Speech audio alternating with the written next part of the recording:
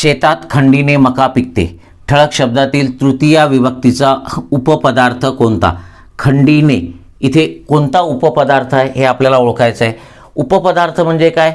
जर एखाद्या नामाला किंवा सर्वनामाला विभक्तीचा प्रत्यय लागत असेल आणि लागला असेल आणि त्याचा जर सरळ क्रियापदाशी संबंध येत नसेल, इतर शब्दाशी संबंध येत असेल, तर त्याला उपपदार्थ असं म्हणतात.